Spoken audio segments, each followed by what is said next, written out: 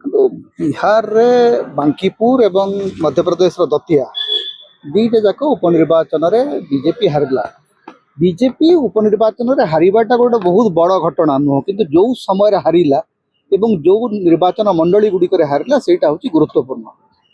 ବିଜେପିର ରାଷ୍ଟ୍ରୀୟ ସଭାପତି ନିତିନ ନବୀନଙ୍କର ଗଡ଼ ବୋଲିକି ଯାହାକୁ କୁହାହେଉଥିଲା ଏବଂ ନିତିନ ନବୀନ ଯେଉଁଠି 4 ଥର ବିଧାୟକ ଜିତିଛନ୍ତି ଏବଂ ପ୍ରତ୍ୟେକ ଥର ସେ ତାଙ୍କର ଭୋଟ ହାର ହେଉଛି 60%, 60%ରୁ କମ୍ ଭୋଟ ସେ କେବେ ପାଇନଥିଲେ ଏବଂ ତାଙ୍କୁ ଯେତେବେଳେ ଏଡ଼େ ବଡ଼ ବଡ଼ ପଦବୀ ମିଳୁଛି, ରାଷ୍ଟ୍ରୀୟ ସଭାପତି ଦାୟିତ୍ୱ ମିଳୁଛି, ତାଙ୍କ ନିଜ ଆସନରେ ସେ କେମିତି ହାରୁଛନ୍ତି ଏବଂ ସେଠି କିଏ ଜିତୁଛନ୍ତି ନା ପ୍ରଶାନ୍ତ କିଶୋର ଜିତୁଛନ୍ତି। ପ୍ରଶାନ୍ତ କିଶୋରଙ୍କର ରାଜନୈତିକ ଅଭିଜ୍ଞତା ଏତେ ପୁରୁଣା ନୁହଁ। ପ୍ରଶାନ୍ତ କିଶୋର ଏବେ ଏବେ ଆସିଛନ୍ତି ରାଜନୀତିକୁ। ଜନସୁରାଜ 2-3 ବର୍ଷ ତଳେ ତିଆରି ହେଇଛି ଏବଂ ଗତ ନିର୍ବାଚନରେ ବିହାର ସାଧାରଣ ନିର୍ବାଚନରେ ସେମାନେ ପୁରା ପ୍ରଶାନ୍ତ କିଶୋରଙ୍କର ଦଳ ଗୋଟିଏ ବି ଆସନ ଜିତି ନଥିଲା। ପ୍ରଥମ ଥର ପାଇଁ ଗୋଟେ ଉପନିର୍ବାଚନରେ ଯେଉଁଠି ବିଜେପିର ସରକାର ଅଛି ସେମାନେ ହାରିଲେ ଏବଂ ୟାର କାରଣ କ'ଣ ହେଇଥାଇପାରେ? ପ୍ରଥମ କଥା ହେଉଛି ଯେ ଭାରତର ଯେଉଁ ନୂଆ ପିଢ଼ି ସେମାନେ ଆଉ ବିଜେପିର ନେରେଟିଭକୁ ବିଶ୍ୱାସ କରୁନାହାନ୍ତି। ଦ୍ୱିତୀୟ କଥା ହେଉଛି ବିହାରରେ नीतीश कुमार गला परे बीजेपी रो स्थिति दुर्बल होइछि।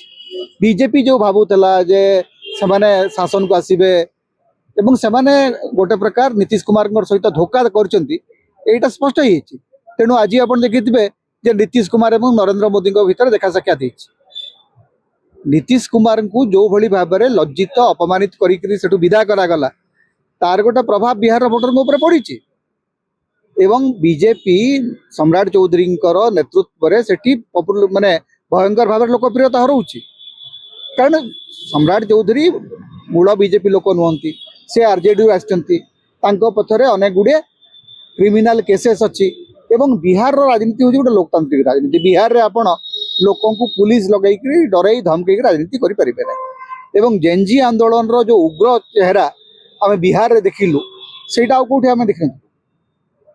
तेणु सबु प्रकार प्रभाव पड़ी एवं भारतीय जनता पार्टी यहाँ सबुठ बड़ गोटे सेटबैक आप पारती। 2024 निर्वाचन में जो झटका लगी आ गोटे झटका बर्तमान लगिला, किंतु से चेष्टा करेंगे जे मुकुलिबा कारण निर्वाचन कमिशन जरिया से विभिन्न प्रकार केमती मैनिपुलेशन करा जाई परिबो से कथा जानते।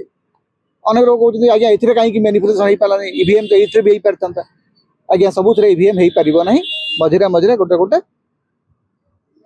टेकवाक देवा पड़ो, मझे मझे गोटे सब्सिडी देवा पड़ो।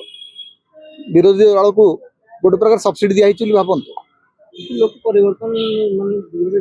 लोक आज्ञा लोक 2024 रु परिवर्तन आरंभ कले। 2024 रे भारतीय जनता पार्टी बिल्कुल निर्वाचन सठिक ढंग से जीति ना।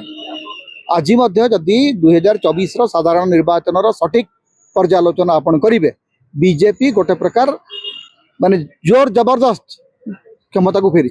2024 साधारण निर्वाचन बिल्कुल निरपेक्ष निर्वाचन नाला, कारण दुईटी निर्वाचन मंडली आपणकर अनकंटेस्टेड निर्वाचन हला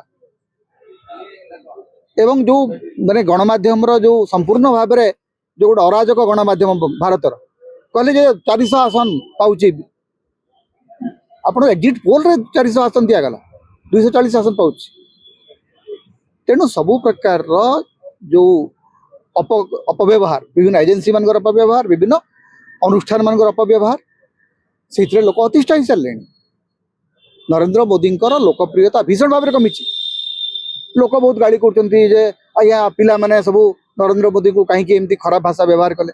आज्ञा भारतर राजनीति में सबुठ अधिक खराब भाषार प्रयोग पर भारतीय जनता पार्टी और संघ परिवार कर कौन मोराल हाई ग्राउंड नौ सोशल मीडिया को गोटे संपूर्ण भाव में असामाजिक मानकर गोटे आंकड़ा किए कर जो ट्रोलिंग स्रष्टा किए एवं भारतर समाज को धर्म भित्ति विभाजित करी क्षमतार सबुदिन रही हम ना। बांकीपुर तार गोटे वार्ता मिल सारी।